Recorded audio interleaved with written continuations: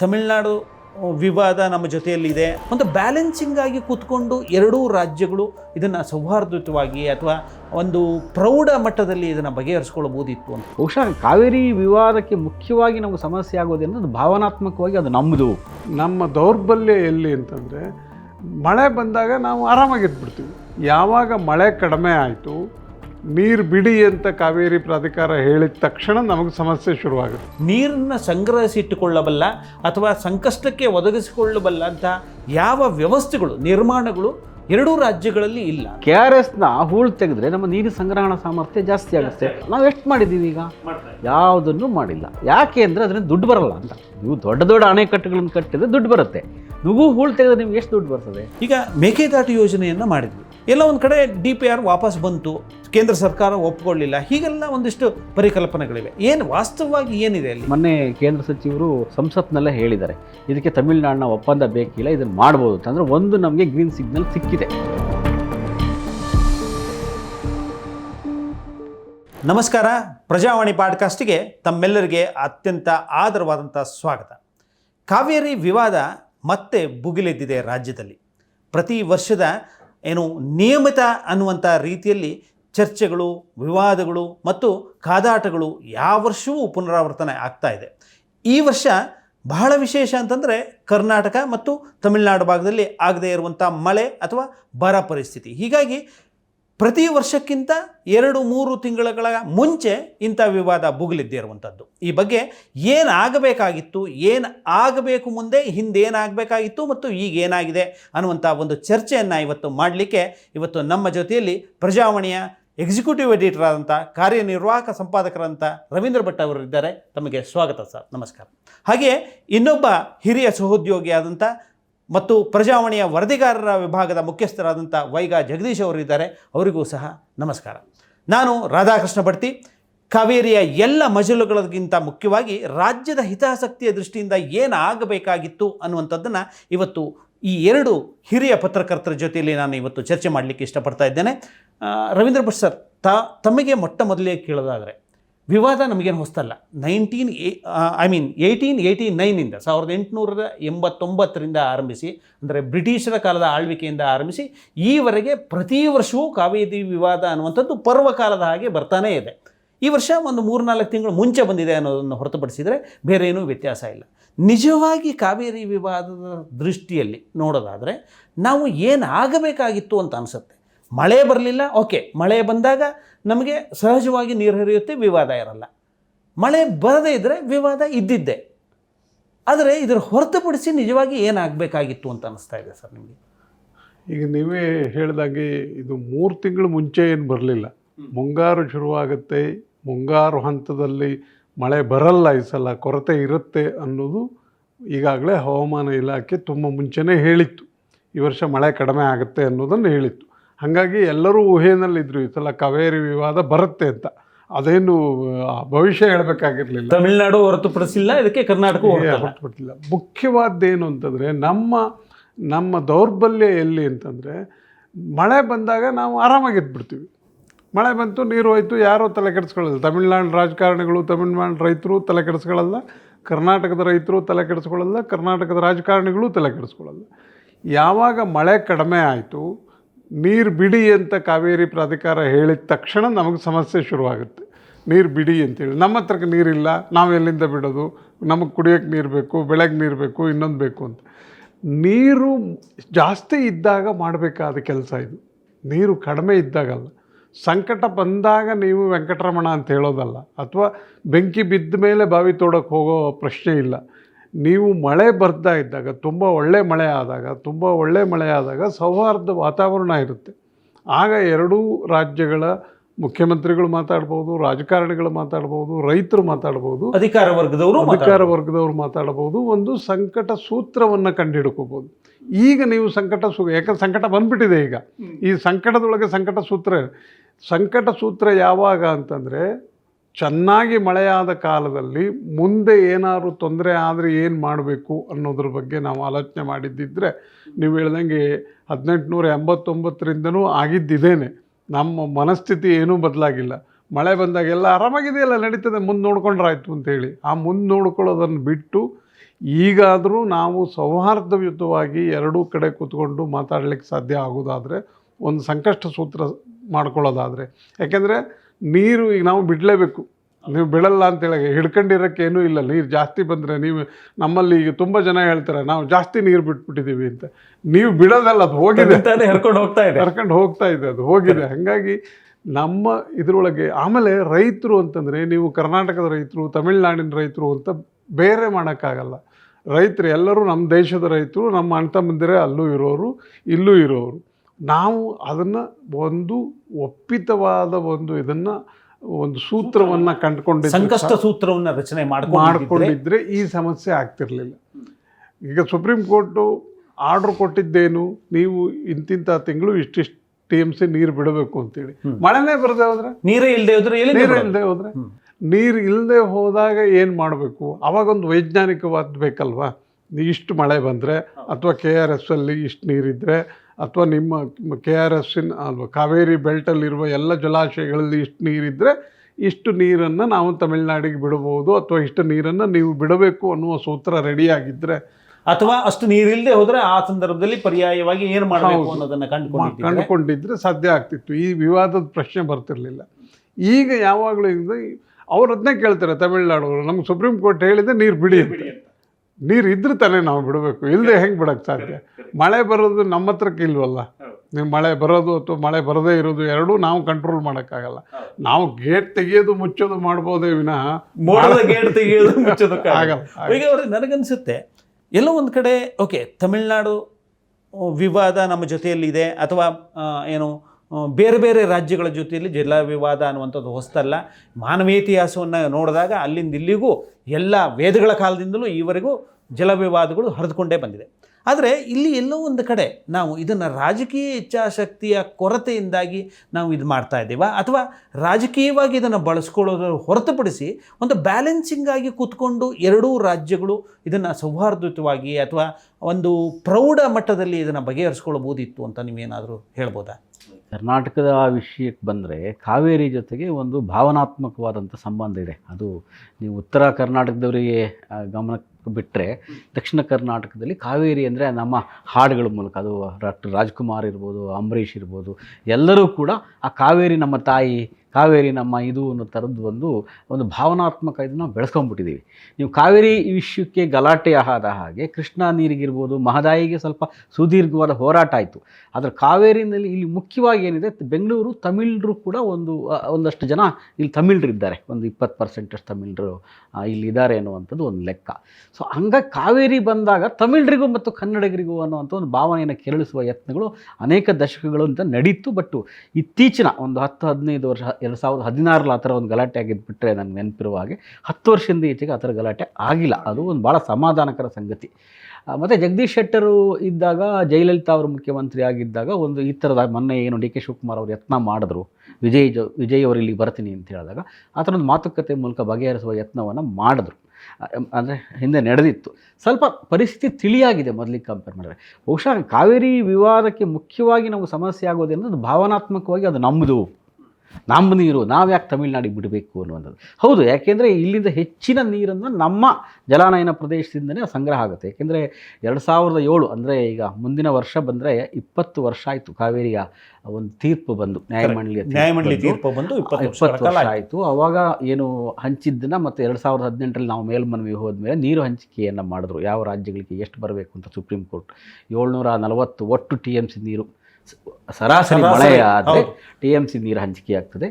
ತಮಿಳುನಾಡು ದೊಡ್ಡ ಒಂದು ಹರಿವಿನ ಪ್ರದೇಶ ಹೊಂದಿದ್ದರಿಂದ ಅವರಿಗೆ 404.25 TMC ನೀರು, ಕರ್ನಾಟಕಕ್ಕೆ 284.75 TMC ನೀರು, ಹಾಗೆ ಇನ್ನೊಂದು ರಾಜ್ಯವಾದಂತಹ ಕೇರಳಕ್ಕೆ 30 TMC ನೀರು, ಪುದುಚೇರಿಗೆ 7 TMC ನೀರು, 14 TMC ನೀರು ಸರಾಸರಿ ವಾಡಿಕೆಯಂತೆ ಮಳೆಯಾದರೆ 14 TMC ನೀರು ಸಮುದ್ರಕ್ಕೆ ಹೋಗಲಿ ಅಂತ.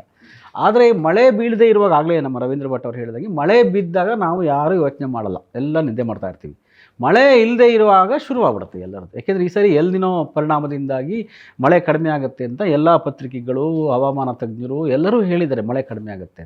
ಆಗ ಯಾವ ರಾಜಕಾರಣಿಗಳು ಯೋಚನೆ ಮಾಡಲಿಲ್ಲ. ಇನ್ನೊಂದು ಇಲ್ಲಿಯ ಇಶ್ಯೂ ಏನು ಅಂತಂದರೆ, ಸಂಕಷ್ಟ ಸೂತ್ರವನ್ನು ಸುಪ್ರೀಂ ಕೋರ್ಟು ಹೇಳಿಲ್ಲ, ನಾವು ಕೇಳಿಲ್ಲ. ಈಗಾಗಲೇ ರವೀಂದ್ರ ಭಟ್ರು ಹೇಳಿ, ಅಥವಾ ತಮಿಳುನಾಡು ಕೇಳಿಲ್ಲ. ತಮಿಳುನಾಡು ಕೇಳಿಲ್ಲ. ಅಲ್ಲ, ಸುಪ್ರೀಂ ಕೋರ್ಟ್ ಮೇಲೆ ಮಾಡಬೇಕಾಗಿದ್ದೇನು ಅಂತ, ಕಾವೇರಿ ನೀರು ನಿರ್ವಹಣಾ, ಈಗ 2 ಸಮಿತಿಯನ್ನು ರಚನೆ ಮಾಡಲಾಯಿತು ಸುಪ್ರೀಂ ಕೋರ್ಟ್ನ ಅಂತಿಮ ತೀರ್ಪಿನ ನಂತರ. ಒಂದು ಕಾವೇರಿ ನೀರು ನಿರ್ವಹಣಾ ಸಮಿತಿ, ಅಂದರೆ ಅದು ಮೇಲುಸ್ತುವಾರಿ ನೋಡೋದು, ಮತ್ತು ಈ ಥರದ ಸಮಸ್ಯೆಗಳು ಸೃಷ್ಟಿಯಾದಾಗ ನಾವು ಯಾರ ಹತ್ರ ಹೋಗಬೇಕು ಅಂತ ಒಂದು ಪ್ರಾಧಿಕಾರ, ಅದು ಕಾನೂನಾತ್ಮಕವಾದಂತಹ ಅಧಿಕಾರ ಇರುತ್ತೆ ಪ್ರಾಧಿಕಾರ. ಅದು ಹೇಳಿದ್ಮೇಲೆ ನಾವು ಪಾಲಿಸಬೇಕು. ಕಾವೇರಿ ನೀರು ನಿರ್ವಹಣಾ ಪ್ರಾಧಿಕಾರ ಅಲ್ಲಿಗೆ ಮೊರೆ ಹೋಗಿ ನಮ್ಗೆ ಎಷ್ಟು ನೀರು ಬೇಕು ಅಂತ ಕೇಳುವಂಥದ್ದು. ಇವತ್ತಿನವರೆಗೆ ಕಳೆದ 3 ವರ್ಷದಲ್ಲಿ ಈಗಿನ ಮುಖ್ಯಮಂತ್ರಿಗಳು ಜಲಸಂಪನ್ಮೂಲ ಖಾತೆಯನ್ನು ಹೊಂದಿದ್ದರು. ಪುಣ್ಯಾವಶಾತ್ತು ಆ ಟೈಮಲ್ಲಿ ಯಾವ ಸಮಸ್ಯೆಯೂ ಬರಲಿಲ್ಲ. ಅವರು ಮುಖ್ಯಮಂತ್ರಿ ಆಗ್ತಿದ್ದ ಹಾಗೆ ರಾಮಲಿಂಗಾರೆಡ್ಡಿ ಅವರಿಗೆ ಜಲಸಂಪನ್ಮೂಲ ಖಾತೆಯನ್ನು ವಹಿಸಿದರು. ಈಗ ಸಮಸ್ಯೆ ಸೃಷ್ಟಿಯಾಗಿದೆ.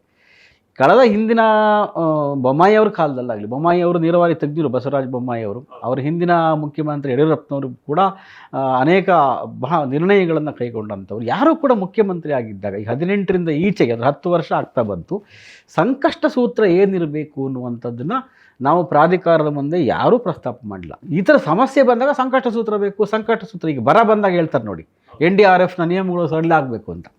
ಬರ ಇಲ್ಲದೆ ಇರೋ ಪರಿಸ್ಥಿತಿಯಲ್ಲಿ ಯಾರೂ NDRF ಬಗ್ಗೆ ಮಾತಾಡಲ್ಲ. ಈ ಬರ ಶುರುವಾಯ್ತು ನಮ್ಮ ರಾಜ್ಯದ ಸುಮಾರು 157 ತಾಲೂಕುಗಳಲ್ಲಿ ತೀವ್ರ ಬರ ಇದೆ. NDRF ತಿದ್ದುಪಡಿ ಮಾಡಿ ಶುರು ಮಾಡಿದ್ದಾರೆ.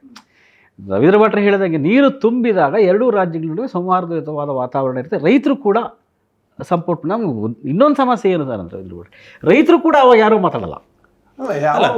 ರೈತರು ನಿಜವಾಗಿ ಮಾತಾಡಬೇಕು. ಸಹಜವಾಗಿ ಏನಾಗುತ್ತೆ, ರೈತರು ಅನ್ನುವಾಗ ನೀರಿನ ಭಾವನಾತ್ಮಕವಾದಂಥ ವಿಷಯವೇ ಬರುತ್ತೆ.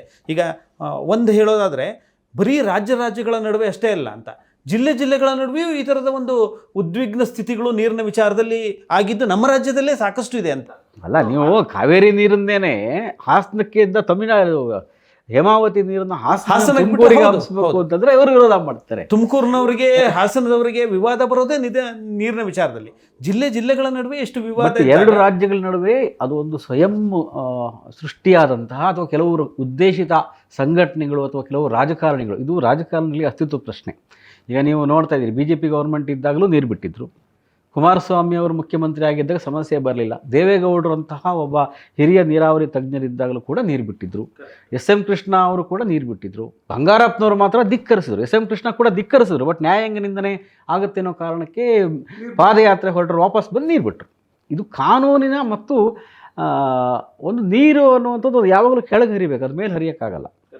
ಹಾಗಾಗಿ ತುಂಬಿದ ತಕ್ಷಣ ಹರಿದೇ ಹೋಗಬೇಕಲ್ವಾ, ಇದು ಸಹಜ ನ್ಯಾಯದ ಪ್ರಕಾರ ಹೋಗಬೇಕು. ಹಾಗಂತ ನಾವು ನೀರು ಇಲ್ಲದೇ ಇದ್ದಾಗ ಬಿಡಕ್ಕಂತೂ ಆಗಲ್ಲ. ಆದರೆ ನೀರು ಇದ್ದ ಸಂದರ್ಭದಲ್ಲಿ ಸಂಕಷ್ಟ ಸೂತ್ರದ ಮೊರೆ ಹೋಗದೇ ಇರತಕ್ಕಂಥದ್ದು ಎಲ್ಲ ಪಕ್ಷದ ರಾಜಕಾರಣಿಗಳು ತಪ್ಪನ್ನು ಮಾಡಿದ್ದಾರೆ. ಕಾಂಗ್ರೆಸ್ ಅಧಿಕಾರದಾಗಿದ್ದಾಗ BJP ಅವ್ರು ನೀರು ಬಿಟ್ಟಿದ್ದು ವಿರೋಧಿಸ್ತಾರೆ. ಇನ್ ಕೇಸ್ BJP ಅವರು ಇದ್ದಾಗ ಕಾಂಗ್ರೆಸ್. ಇದು ಭಾಳ ರಾಜ್ಯದ ಜನರಿಗೆ ಮಾಡುವ ಮಹಾ ಮೋಸ. ಇಬ್ಬರು ಒಟ್ಟಿಗೆ ಕೂತ್ಕೊಂಡು, ಅದು BJP ಇರ್ಬೋದು, ಕಾಂಗ್ರೆಸ್ ಇರ್ಬೋದು, ನಮ್ಮ ರಾಜ್ಯಕ್ಕೆ ಏನಾಗಬೇಕು ಅನ್ನುವಂಥ ಕೆಲಸವನ್ನು ಮಾಡಿಲ್ಲ ಯಾರೂ ಕೂಡ. ಅದನ್ನು ಮಾಡಬೇಕು. ಈಗಲಾದರೂ DK ಶಿವಕುಮಾರ್ ಅವರು ನಾಳೆ ಸರ್ವಪಕ್ಷ ಸಭೆ ಕರೆದಿದ್ದಾರೆ. ಆ ಸರ್ವಪಕ್ಷ ಸಭೆಯಲ್ಲಿ ಈಗ ಕೇಂದ್ರದಲ್ಲಿ ಹಾಗೂ BJP ನೇತೃತ್ವದ ಸರ್ಕಾರ ಇದೆ, ತಮಿಳುನಾಡಿನಲ್ಲಿ ಕಾಂಗ್ರೆಸ್ ಬೆಂಬಲಿತ ಸರ್ಕಾರವೇ ಇದೆ, ವಿಜಯ್ ಅವರ ಸರ್ಕಾರ ಇದೆ. 3 ಕೂತ್ಕೊಂಡು ಒಂದು ಮಾತುಕತೆ. ನಮ್ಮಲ್ಲಿ ಸಂಸದರು BJP ಮತ್ತು ಸಂಸದರು ಜಾಸ್ತಿ ಇದ್ದಾರೆ. ಮಂಡ್ಯದವರೇ ಅಂತ ಕುಮಾರಸ್ವಾಮಿ ಅವರು ಇವತ್ತು ಪ್ರಭಾವಿ ಸಚಿವರಾಗಿದ್ದಾರೆ.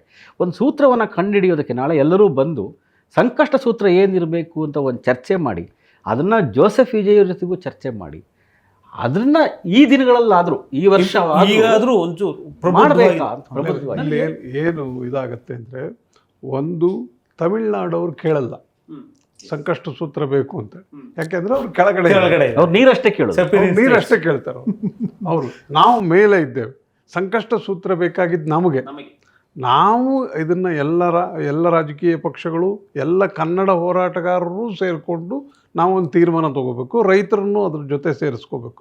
ತೀರ್ಮಾನ ತಗೊಂಡು ನಾವು ಈಗ ಅವರ 3,500 ಕ್ಯೂಸೆಕ್ ನೀರು ಬಿಡೋದ್ರ ವಿರುದ್ಧ ನಾವು ಸುಪ್ರೀಂ ಕೋರ್ಟಿಗೆ ಹೋಗ್ತೀವಿ ಅನ್ನೋದ್ರ ಬದಲು ಸಂಕಷ್ಟ ಸೂತ್ರವನ್ನು ಕೊಡಿ ನಮಗೆ ಅಂತಲೇ ನಾವು ಹೋಗ್ಬೇಕು ಸುಪ್ರೀಂ ಕೋರ್ಟಿಗೆ. ಈಗ ಅಲ್ಲಿ ಹೋದ್ರೆ ಮಾತ್ರ ನಮ್ಗೇನಾದರೂ ಅನುಕೂಲ ಆಗುತ್ತೆ, ಕೆಳಗೆ ಸಿಗಲ್ಲ. ಈಗ ಭಾವನಾತ್ಮಕ ಯಾಕೆ ಭಾವನಾತ್ಮಕ ಅಂದರೆ, ನಮ್ಮಲ್ಲಿ ಹುಟ್ಟುವ ಒಂದು ನದಿ, ಇಲ್ಲಿ ಕನ್ನಡ ನಾಡಿನ ನದಿ, ಕನ್ನಡ ನಾಡಿನ ಜೀವನದಿ ಅಂತ ಹೇಳ್ತಾರಲ್ಲ, ಅದು ಕಾವೇರಿ.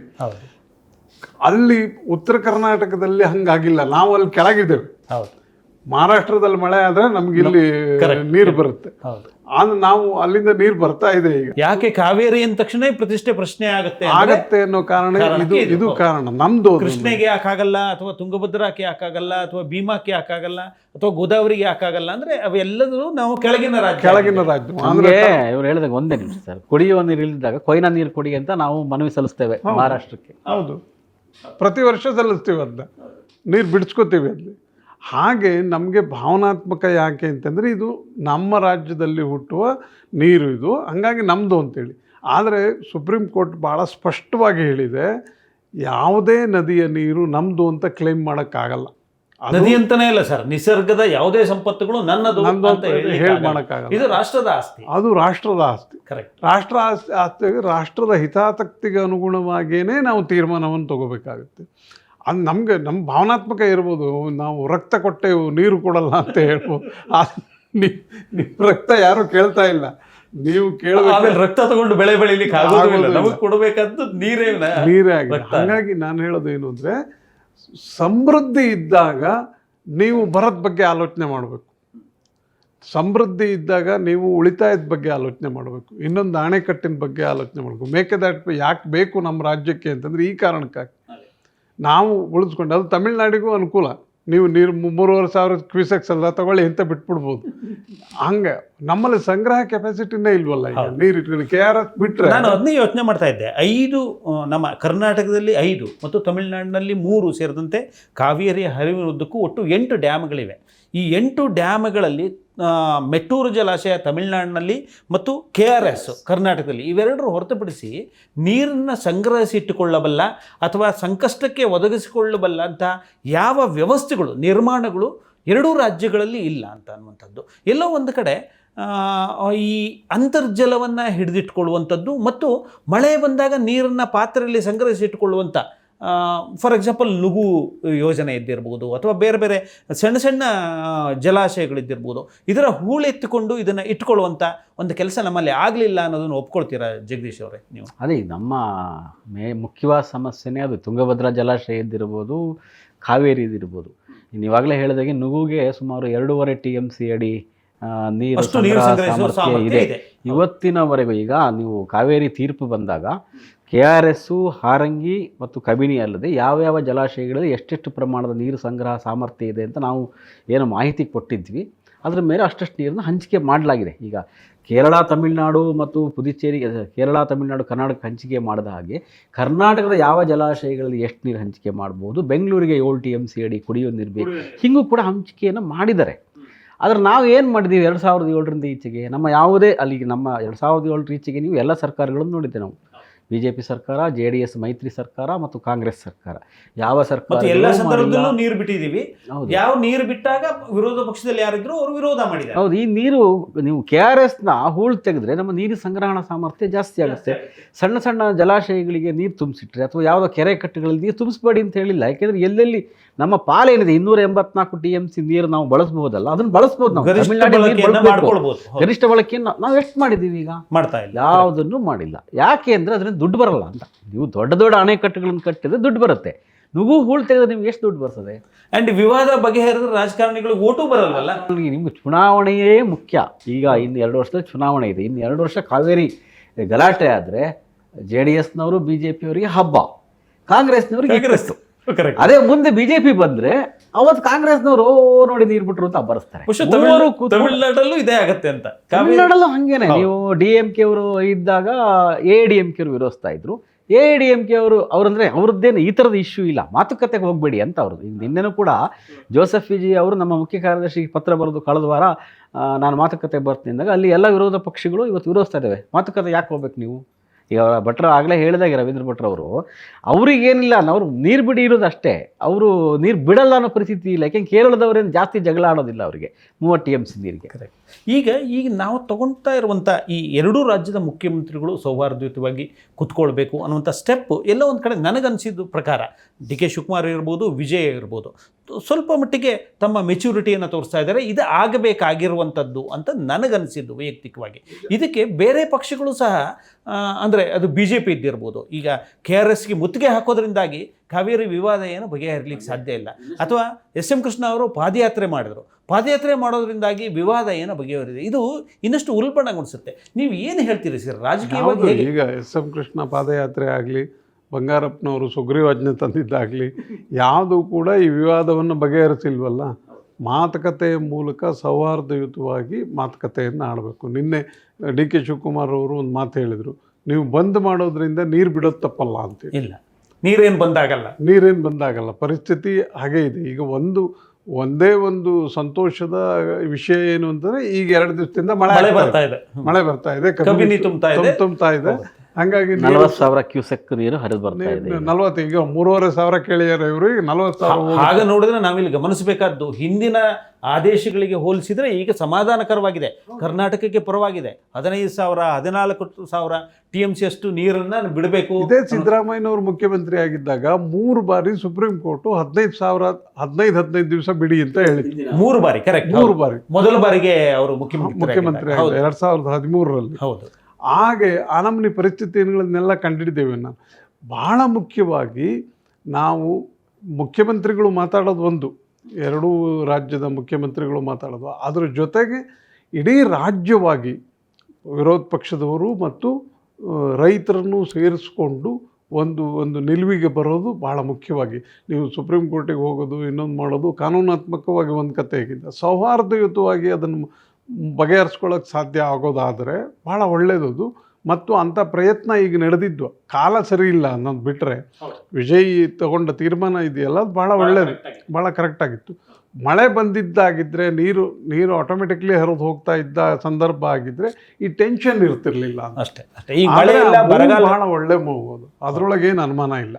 ಅದನ್ನು ಮಾಡಲೇಬೇಕು, ಈಗಲ್ದೇ ಹೋದರೂ ಮುಂದಾದರೂ ಅದನ್ನು ಮಾಡಬೇಕು. ಒಂದು ಪೂರಕ ಮಾಹಿತಿ. ಹಿಂದೆ ಈಗ ಇದೇ ಥರದ ಸಮಸ್ಯೆ ಸೃಷ್ಟಿಯಾದಾಗ ತಮಿಳುನಾಡಿನ ಕಾವೇರಿ ತಾಯಿ ಮಕ್ಕಳು ಅನ್ಸುತ್ತೆ ಒಂದು ರೈತರ ಸಂಘಟನೆ, ಕರ್ನಾಟಕ ರಾಜ್ಯ ರೈತ ಸಂಘ, ಅವರು ಕುಟುಂಬ ಅಂತ ಒಂದು ಮಾಡಿಕೊಂಡು ಭಾಳ ವ್ಯವಸ್ಥಿತವಾಗಿ ಒಂದು ಸೌಹಾರ್ದ ಚರ್ಚೆ ಮಾಡಿ ಈ ಸಮಸ್ಯೆನ ಯಾಕೆಂದರೆ ಅಂತಿಮವಾಗಿ ಇದು ಸಮಸ್ಯೆಗೆ ನಾವು ಬೆಂಗಳೂರಿನವರು ಕಾವೇರಿ ನೀರನ್ನು ಆಶ್ರಯಿಸ್ಕೊಂಡಿದ್ದೀವಿ ಕುಡಿಯೋದಕ್ಕೆ.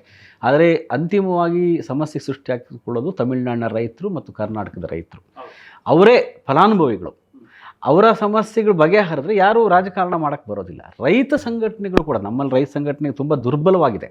ಆದರೆ ಇರುವ ರೈತ ಸಂಘಟನೆಗಳ ಮುಖ್ಯಸ್ಥರಾದರೂ ಕೂಡ ಈಗ ಒಂದು ಈ ಚುಕ್ಕಿ ನಂಜನ ಸ್ವಾಮಿ ಅವರು ಇರ್ಬೋದು, ಅಥವಾ ನಮ್ಮ KT ಗಂಗಾಧರ್ ಇರ್ಬೋದು, ಕುರುಬೂರು ಶಾಂತಕುಮಾರ್, ಈ ಥರ ಎಲ್ಲ ಸೇರಿಕೊಂಡು 2 ರಾಜ್ಯಗಳ ಈಗ ಮುಖ್ಯಮಂತ್ರಿಗಳು ಮಾತಾಡೋದು ಒಂದು, ಅವರಿಗೆ ಬೇರೆ ಬೇರೆ ರಾಜಕೀಯ ಹಿತಾಸಕ್ತಿ ಇರುತ್ತೆ. ವಿಜಯ್ ಏನೇ ತೀರ್ಮಾನ ತೆಗೆದುಕೊಂಡ್ರು ಅವನು ರಾಜ್ಯದ ವಿರುದ್ಧ ತಗೊಳ್ಳೋಕ್ಕಾಗಲ್ಲ. ರಾಜಕೀಯ ಪಕ್ಷಗಳನ್ನು ಹೊರತುಪಡಿಸಿ ರೈತರು ಇನಿಷಿಯೇಟಿವ್ ತಗೊಂಡು ಸರ್ಕಾರದ ಒಂದು ಪ್ರಪೋಸಲ್ ಇಡಬೇಕು. ನಾವು ಹೀಗೊಂದು ಮಾಡಿದ್ದೇವೆ ಸಂಕಷ್ಟ ಸೂತ್ರವನ್ನು, ಇದನ್ನು ನೀವು, ಯಾಕೆಂದರೆ ರೈತರು ಹೋಗ್ಬೋದು ಪ್ರಾಧಿಕಾರಕ್ಕೆ ಹೋಗಿ, ಬಟ್ ಸರ್ಕಾರವೇ ಹೋಗೋ ಥರ ಮಾಡೋ ಕೆಲಸವನ್ನು ಮಾಡಿದ್ರೆ ಹೆಚ್ಚು. ಈಗಾಗಲೇ ರವೀಂದ್ರ ಭಟ್ರು ಹೇಳಿದ್ದಕ್ಕೆ ಅವಾಗ ಒಂದು ಈ ಸಮಸ್ಯೆಗೆ ಶಾಶ್ವತವಾದ ಪರಿಹಾರ ಸಿಗುತ್ತೆ.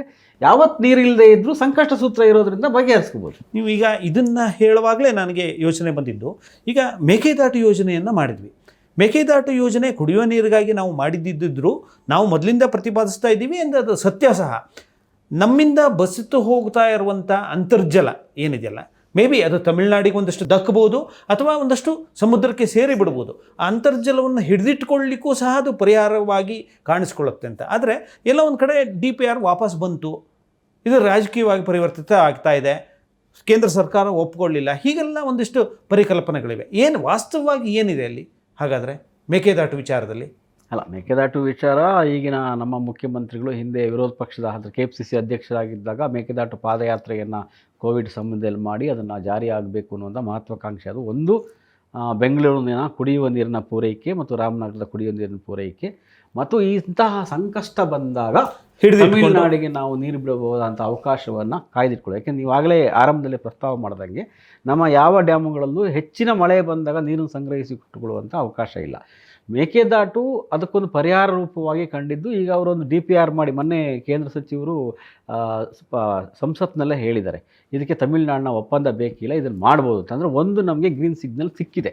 ಅದರ ಪಾರಿಸರಿಕ ಹಾನಿ ಮತ್ತು ಕಾಡು ಎಷ್ಟು ನಷ್ಟ ಆಗುತ್ತೆ ಅನ್ನೋದು ಒಂದು ಸಮಸ್ಯೆ. ಈ ಥರ ಯಾವುದೇ DPR ವಾಪಸ್ ಬಂದಿರೋ ಕಾರಣ ಅವರು ತಾಂತ್ರಿಕವಾದ ಕೆಲವು ಅಂಶಗಳನ್ನು ಕೇಳಿದ್ದಾರೆ. ಆ ತಾಂತ್ರಿಕ ಅಂಶಗಳು ಏನೋ ಸಮಸ್ಯೆ ಇದೆಯಂತೆ, ಅದನ್ನು ಸ್ಪಷ್ಟೀಕರಣ ಕೊಟ್ಟ ನಂತರ ಅದು ತಿರಸ್ಕಾರ ಆಗಿಲ್ಲ, ರಿಜೆಕ್ಟ್ ಆಗಿಲ್ಲ, ಕೆಲವು ಸ್ಪಷ್ಟೀಕರಣಗಳನ್ನು ಕೇಳಿ ವಾಪಸ್ ಕಳಿಸಿದ್ದಾರೆ. ನಿನ್ನೆ ಮುಖ್ಯಮಂತ್ರಿಯವರು ಮಾತಾಡ್ತಾ ಶಿವಕುಮಾರ್ ಹೇಳಿದ್ದಾರೆ, ಇದು ತಿರಸ್ಕಾರ ಅಲ್ಲ, ಕೆಲವು ಪರಿಷ್ಕರಣೆ ಮಾಡಿ ವಾಪಸ್ ಕಳಿಸಿ ಅಂತ ಹೇಳಿದರೆ ನಾವು ಸದ್ಯದಲ್ಲೇ ಮಾಡ್ತೇವೆ ಅಂತ.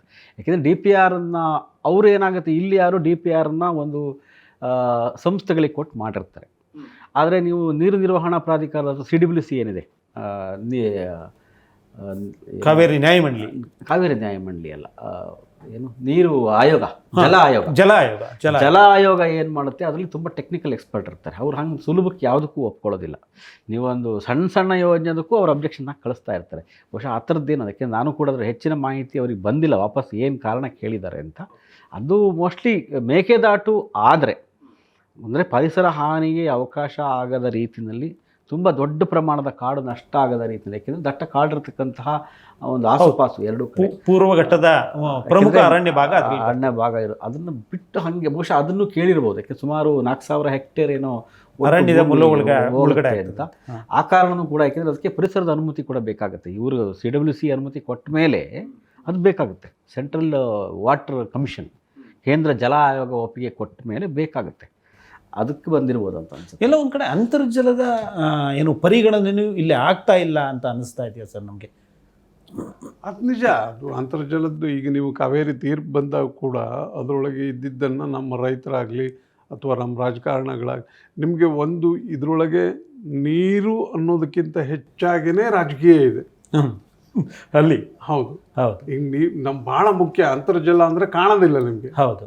ಅದು ತಮಿಳ್ನಾಡಿಗೆ ಹೋಗುತ್ತೋ, ಸಮುದ್ರಕ್ಕೆ ಹೋಗುತ್ತೋ, ಕರ್ನಾಟಕದಲ್ಲಿ ಉಳಿಯುತ್ತೋ ಏನೂ ಗೊತ್ತಾಗಲ್ಲ. ಯಾಕೆ ಹೇಳ್ತಾ ಇದ್ದೀನಿ ಅಂದರೆ, ಸರಿಸುಮಾರು 130 TMC ಅಷ್ಟು ಒಂದು ಅಧ್ಯಯನವನ್ನು ಕೈಗೊಂಡಾಗ ನಮಗೆ ಕಂಡು ಬಂದಿದ್ದೇನು ಅಂದರೆ, ಹೆಚ್ಚು ಕಡಿಮೆ ಪ್ರತಿ ವರ್ಷ 130 ತೋರಿಸ್ತೀರಿ ನೀವು. ಅದೇ ಅದನ್ನು ಕಾಣಿಸ್ಲಿಕ್ಕೆ ಆಗೋದಿಲ್ಲ, ಅದನ್ನ ಅಳತೆ ಮಾಡ್ಲಿಕ್ಕೆ ಆಗೋದಿಲ್ಲ, ನೀವು ತೋರ್ಸಕ್ಕಾಗಲ್ಲ. ಆ ಕಾರಣಕ್ಕಾಗಿಯೇ ಅದ್ರ ಬಗ್ಗೆ ಯಾರೂ ಗಮನ ಕೊಡ್ತಾ ಇಲ್ಲ. ಅಂತರ್ಜಲದ ಬಗ್ಗೆ ನೀವು ಆಲೋಚನೆ ಮಾಡಿದ್ರು, ಅದ್ರ ಬಗ್ಗೆ ಆಲೋಚನೆ ಮಾಡೋದು ಕೂಡ ಸಮೃದ್ಧಿಯ ಕಾಲದಲ್ಲಿ, ಬರಗಾಲದಲ್ಲ. ನೀರು ಮಳೆ ಚೆನ್ನಾಗಿ ಬಂದ ಹೊತ್ತಿನಲ್ಲಿ ಅಂತರ್ಜಲದ ಮಟ್ಟ ಜಾಸ್ತಿ ಪೂರ್ಣ ಮಾಡೋದಕ್ಕೆ ಏನು ಬೇಕೋ ಅದನ್ನ ಮಾಡ್ಕೋಬೇಕಾಗಿತ್ತು. ನಾವು ಅದನ್ನೂ ಮಾಡಿಲ್ಲ. ನೀರು ಹಿಡ್ಕೊಳ್ಳೋದಕ್ಕೂ ಅದಕ್ಕೆ ಏನು ಬೇಕೋ ವ್ಯವಸ್ಥೆ ಅದನ್ನೂ ಮಾಡಿಲ್ಲ. ನಾವು ಸಂಕಷ್ಟ ಸೂತ್ರವೂ ಇಲ್ಲ ನಮ್ಮದು. ನಾವು ಸುಮ್ಮನೆ ಈಗ ನೀವು ಕಾವೇರಿ ನೀರು ಬಿಟ್ಟರೆ ಹಂಗಾಗುತ್ತೆ ಹಿಂಗಾಗುತ್ತೆ ಅಂತ ಹೇಳೋದ್ರಲ್ಲಿ ಅರ್ಥ ಇಲ್ಲ. ನಾವು ನಮ್ಮ ಹಕ್ಕನ್ನು ಉಳಿಸ್ಕೊಳ್ಳೋದಕ್ಕೆ ಏನೇನು ಬೇಕೋ ಅವೆಲ್ಲ ತಯಾರಿ ಮಾಡ್ಕೊಂಡಿದ್ದಿದ್ರೆ ನಾವು ಅದನ್ನೆಲ್ಲ ಹೇಳ್ಬೋದಾಗಿತ್ತು. ಅದೆಲ್ಲ ಹೇಳಿದ್ವಿ, ನಾವೇನು ತಯಾರಿನೇ ಮಾಡ್ಕೊಂಡಿಲ್ಲ.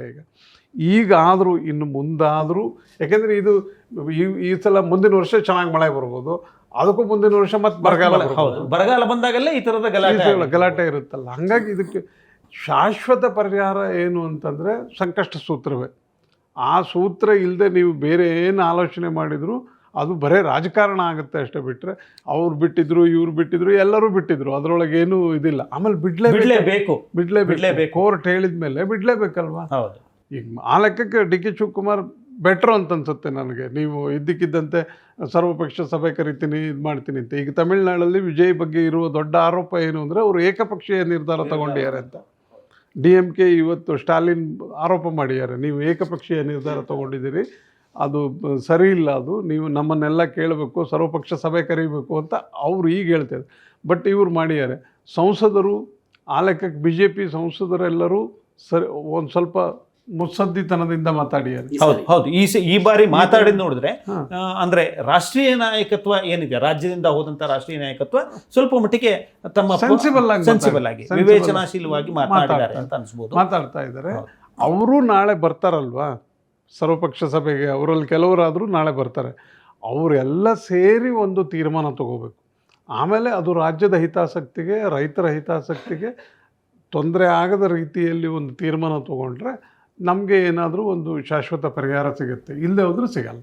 ಒಟ್ಟಾರೆ ಈ ಇಡೀ ಚರ್ಚೆಯನ್ನು ನಾನು ಕನ್ಕ್ಲೂಡ್ ಮಾಡೋದಿದ್ದರೆ, ಸಂಕಟದ ಸಂದರ್ಭದಲ್ಲಿ ನಾವು ಕಾವೇರಿ ಬಗ್ಗೆ ಮಾತನಾಡೋದಕ್ಕಿಂತ ಹೆಚ್ಚಾಗಿ ಸಮೃದ್ಧಿ ಸಂದರ್ಭದಲ್ಲಿ ಕಾವೇರಿಯ ಬಗ್ಗೆ ಕುಳಿತು ಎರಡೂ ರಾಜ್ಯದವರು ಮತ್ತು ರಾಜಕಾರಣಿಗಳು, ಅಧಿಕಾರಿಗಳು ಮತ್ತು ತಂತ್ರಜ್ಞಾನರು, ಜೊತೆಗೆ ಬಳಕೆದಾರರು ಅಂದರೆ ರೈತರು, ಇವರಿಷ್ಟೂ ಜನರ ಸೇರಿ ಒಂದು ನಿರ್ಧಾರಕ್ಕೆ ಬರುವ ಒಂದು ಅಗತ್ಯ ಮತ್ತು ಅನಿವಾರ್ಯ ನಮ್ಮ ಈ ಹಂತದಲ್ಲಿ ಹೆಚ್ಚಿಗೆ ಇದೆ. ಎಲ್ಲಕ್ಕಿಂತ ಹೆಚ್ಚಾಗಿ ನಾಳೆ ನಡೀತಾ ಇರುವಂಥ ಸರ್ವಪಕ್ಷ ಸಭೆಯಲ್ಲಿ ಈ ಥರದ ಒಂದು ನಿರ್ಧಾರಕ್ಕೆ ಬರೋದಿದ್ದರೆ, ಸಂಕಷ್ಟ ಸೂತ್ರಕ್ಕೆ ನಾವು ಪ್ರತಿಪಾದಿಸಲೇಬೇಕು ಅನ್ನುವಂಥ ಒಂದು ನಿರ್ಣಯವನ್ನು ತಗೊಂಡ್ರೆ ಅತ್ಯಂತ ಹೆಚ್ಚು ಮತ್ತು ರಾಜ್ಯದ ಹಿತಾಸಕ್ತಿಗೆ ಅನುಕೂಲವಾಗುವಂಥ ನಿರ್ಧಾರ ಅಂತ ಅನಿಸುತ್ತೆ ಅಂತ ನನಗನ್ಸೋದು. ಕನ್ಕ್ಲೂಡ್ ಮಾಡೋದಾದರೆ ಏನು ಹೇಳ್ತೀರಿ ಸರ್? ಕನ್ಕ್ಲೂಡ್ ಮಾಡೋದಾದರೂ ಅದನ್ನೇ ಸಂಕಷ್ಟ ಸೂತ್ರ ಆಗಲಿ ಅಂತ ತಕ್ಷಣ ಅದನ್ನು ಮಾಡ್ಕೊಳ್ಳಿ. ಎರಡೂ ರಾಜ್ಯದವರು ಮಾತಾಡಿ ಸೌಹಾರ್ದಯುತವಾಗಿ ಮಾತಾಡಿಕೊಂಡು ಒಂದು ಸೂತ್ರ ತಗೊಂಡು ಮಾಡಬೇಕಷ್ಟೆ. ಮಳೆ ಬರದೇ ಹೋದಾಗ, ಬರಗಾಲದಲ್ಲಿ ಇದ್ದಾಗ ನಾವು ಏನು ಮಾಡಬೇಕು ಅನ್ನೋದು ನಮ್ಗೆ ಪ್ರಶ್ನೆಗೆ ಉತ್ತರ ಸಿಕ್ಬಿಟ್ರೆ ಕಾವೇರಿ ಸಂಬಳ ಬಂದಿದ್ದ ದಿವಸ ಎಲ್ಲರೂ ಸಾವುಕಾರರೇ. ಹೌದು. ಆದರೆ ಸಂಬಳದ ಕೊನೆಯ ದಿನಗಳಲ್ಲಿ ಏನು ಮಾಡಬೇಕು ಅನ್ನೋಂಥದ್ದು 2 ಲೈನಲ್ಲಿ ಇದನ್ನು ಮುಗಿಸೋದಾದ್ರೆ ಈಗ ನಾವು ಇಲ್ಲಿ 2-3 ನೀರಿನ ವಿವಾದಗಳ ಬಗ್ಗೆ ಒಂದು ಮಹದಾಯಿ ನಾವು ನೋಡಬೇಕು. 2019 ಲೋಕಸಭೆ ಚುನಾವಣೆ ಹೊತ್ತಿಗೆ BJP ಒಂದು ಘೋಷಣೆ ಮಾಡಿದ್ರು, ನಮ್ಮ ಏನು ಡಬಲ್ ಇಂಜಿನ್ ಸರ್ಕಾರ ಬಂದರೆ ನಾವು ಮಹದಾಯಿನ 24 ಗಂಟೆಲಿ ಘೋಷಣೆ ಮಾಡ್ತೇವೆ ಅಂತ ಅವತ್ತು ಮುಖ್ಯಮಂತ್ರಿ ಆಕಾಂಕ್ಷಿಯಾಗಿದ್ದ ಅವರು ವಿರೋಧ ಪಕ್ಷದಲ್ಲಿದ್ದರು, ಘೋಷಣೆ ಮಾಡಿದ್ರು. BJP ಅವರು ಇವತ್ತು ಕಾವೇರಿನಲ್ಲಿ ಅಶೋಕ ಅವರಿರ್ಬೋದು, ಆರ್ ಅಶೋಕ, ವಿಜೇಂದ್ರ, ಯಡಿಯೂರಪ್ಪ ಎಲ್ಲ ಹೋರಾಟ ಮಾಡ್ತಾ ಇದ್ದಾರೆ. ಈಗ ಅವ್ರದ್ದೇ ಸರ್ಕಾರ ಇದೆ. ಮಹಾರಾಷ್ಟ್ರದಲ್ಲಿ BJP ಸರ್ಕಾರ ಇದೆ, ಗೋವಾದಲ್ಲಿ BJP ಸರ್ಕಾರ ಇದೆ, ಕೇಂದ್ರದಲ್ಲಿ BJP ಇದೆ. ಅದ್ರ ಬಗ್ಗೆ ಆಸಕ್ತಿ ತೋರಲ್ಲ. ಅಂದರೆ BJP ನಾಯಕರುಗಳು ಅಥವಾ ಕಾಂಗ್ರೆಸ್ನವರು ಟ್ರಿಬಲ್ ಇಂಜಿನ್, ಡಬಲ್ ಇಂಜಿನ್ ಅಲ್ಲ.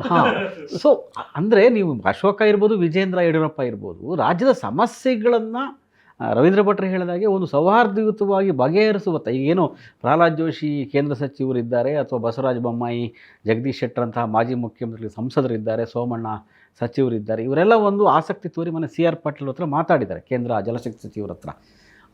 ಇದನ್ನು ಇಲ್ಲಿಯ ಆ ಸೂಕ್ಷ್ಮತೆ ಮತ್ತು ಸಂಯಮವನ್ನು ಇಲ್ಲಿ BJP ನಾಯಕರು, ರಾಜ್ಯದ ನಾಯಕರಿಗೂ ಅದನ್ನು ಹೇಳಬೇಕು, ಹೇಳಿ ಅವರು ಮುಖ್ಯಮಂತ್ರಿಗಳೇನೋ ಒಳ್ಳೆ ಕೆಲಸ ಮಾಡಕ್ಕೆ ಹೊರಟಿದ್ದಾರೆ ಅಂತ ಅನ್ಸುತ್ತೆ. ಸ್ವಲ್ಪ ಸೌಹಾರ್ದಯುತವಾಗಿ ಎಲ್ಲವನ್ನು ಬಗೆಹರಿಸ್ಕೊಳ್ಳೋಣ ಅಂತ ಮೊನ್ನೆ ದೆಹಲಿಯಲ್ಲಿ ಸಭೆ ಮಾಡಿದ್ರು. ಕೇಂದ್ರ ಸರ್ಕಾರದ ಜೊತೆಗೆ ವಾತಾವರಣ ಈಗ ಪೂರಕವಾಗಿಲ್ಲ ಅನ್ನೋದನ್ನು ಹೊರತುಪಡಿಸಿದ್ರೆ ವಿಜಯ್ ಅವರಾಗಲಿ ಅಥವಾ DK ಶಿವಕುಮಾರ್ ಅವರಾಗಲಿ ತಗೊಂಡಿರುವಂತಹ ನಿಲುವು ಬಹಳ ಕರೆಕ್ಟ್ ಆಗಿದೆ. ಅವರು ಈಗ ಅಲ್ಲದೆ ಇದ್ರು ಕೂಡ ಅವರ ಇವತ್ತು DK ಶಿವಕುಮಾರ್ ಹೇಳಿದ್ದಾರೆ, ನಿನ್ನೆನೂ ಕೂಡ ಹೇಳಿದ್ದಾರೆ, ಇವತ್ತು ಮೈಸೂರಲ್ಲೂ ಮಾತಾಡಿದ್ದಾರೆ. ಸ್ವಲ್ಪ ಪರಿಸ್ಥಿತಿ ತಿಳಿಯಾದ ಮೇಲೆ ನಾವು ಮತ್ತೆ ಕೂತ್ಕೊಂಡು ಮಾತಾಡಿ ಬಗೆಹರಿಸ್ತೇವೆ ಅಂತ ಇಬ್ಬರೂ ಒಂದು ನಾಳೆಯ ಸರ್ವಪಕ್ಷ ಸಭೆ ಸಂಕಷ್ಟ ಸೂತ್ರ ಏನಾಗಿರಬೇಕು ಅನ್ನೋದ್ರ ಬಗ್ಗೆ. ಏಕೆಂದರೆ ಈಗಿಂದು ಕಾನೂನು ಹೋರಾಟ ಇದೆ, ನೀರು ಬಿಡಲೇಬೇಕು, ಏನು ಮಾಡೋಕ್ಕಾಗಲ್ಲ. ಕೋರ್ಟಿಗೆ ಹೋದರೆ ಹಿಂದೆ ಚೀಮಾರಿ ಹಾಕ್ಸ್ಕೊಟ್ಟ ನಿದರ್ಶನಗಳಿದಾವು. ಯಾಕೆಂದರೆ ಈಗ ಜೈಲಿಗೆ ಹೋಗೋ ಸನ್ನಿವೇಶವೂ ನಿರ್ಮಾಣ ಆಗಿತ್ತು. ಹಾಗಾಗಿ ನಾವು ಎಷ್ಟೇ ಹೋರಾಟ ಮಾಡ್ಬೋದು, ನಾವು ಕಾವೇರಿ ನಮ್ಮದು ಅನ್ನೋದು ನಮಗೂ ಭಾವನಾತ್ಮಕವಾಗಿದೆ. ಆದರೆ ಕಾನೂನಿನ ಮತ್ತು ಸಂವಿಧಾನ ಚೌಕಟ್ಟುಗಳನ್ನು ಎಲ್ಲರೂ ಕೆಲಸ ಮಾಡಿ, ಅಥವಾ ತಮಿಳುನಾಡಿಗೆ ನೀರು ಬಿಟ್ಟು ಮಾತ್ರಕ್ಕೆ ಕಾವೇರಿ ನಮ್ದಲ್ಲ ಅಂತಲೂ ಹೇಳೋಕ್ಕಾಗಲ್ಲ. ನಾಳೆ ನಡೆಯುವ ಸಭೆ ಆ ಥರದ ಒಂದು ಸಕಾರಾತ್ಮಕ ಹೆಜ್ಜೆಯನ್ನಿಡಲಿ, ಎಲ್ಲ ರಾಜಕಾರಣಿಗಳು ರಾಜ್ಯದ ಹಿತದೃಷ್ಟಿ ಇಟ್ಕೊಂಡು ಕೆಲಸ ಮಾಡಲಿ ಅನ್ನುವಂಥದ್ದು ನನ್ನ ಸಲಹೆ. ಸಂತೋಷ, ಇಬ್ಬರಿಗೂ ಧನ್ಯವಾದಗಳು. ಬಹಳ ಸ್ಪಷ್ಟವಾದಂಥ ಚರ್ಚೆಯ ಫಲಿತಾಂಶ ಇವತ್ತು ಹೊರಬಂದಿದೆ. ಕಾವೇರಿ ವಿಚಾರದಲ್ಲಿ ರಾಜಕೀಯವಾಗಲಿ ಪ್ರತಿಷ್ಠೆ ಆಗಲಿ ಇಲ್ಲಿ ಮುಖ್ಯವಾಗಬಾರ್ದು. ಬಹಳ ಮುಖ್ಯವಾಗಬೇಕಾದಂಥದ್ದು ಎರಡೂ ರಾಜ್ಯದ ರೈತರ ಹಿತರಕ್ಷಣೆ ಅಥವಾ ನೀರಿನ ಹಿತರಕ್ಷಣೆ ಆಗಬೇಕು. ಕಾವೇರಿ ಯಾರದ್ದೂ ಆಸ್ತಿ ಅಲ್ಲ, ನಮ್ಮದೇ ಕರ್ನಾಟಕದ್ದೇ ನದಿಯಾಗಿದ್ದರೂ ಸಹ ಕಾವೇರಿ ಜೀವದಾಯಿನಿಯಾಗಿ ಯಾವತ್ತೂ ಉಳಿಬೇಕು ಅಂತಂದರೆ ಅದಕ್ಕೆ ಸಂಕಷ್ಟದ ಒಂದು ಸೂತ್ರ ರಚನೆ ಆಗಬೇಕು ಅನ್ನುವಂಥ ಒಂದು ಆಶಯವನ್ನು ಈ ಚರ್ಚೆಯ ಮೂಲಕ ತಮ್ಮೆದುರುಗಡೆ ಇಡ್ತಾ ಈ ಚರ್ಚೆಯನ್ನು ಮುಗಿಸ್ತೇನೆ. ಪ್ರಜಾವಾಣಿ ಪಾಡ್ಕಾಸ್ಟನ್ನು ಯಾವತ್ತೂ ಫಾಲೋ ಮಾಡ್ತಾಯಿರಿ, ಯೂಟ್ಯೂಬನ್ನು ಲೈಕ್ ಮಾಡಿ ಮತ್ತು ಹಂಚಿಕೊಳ್ಳಿ. ನಮಸ್ಕಾರ.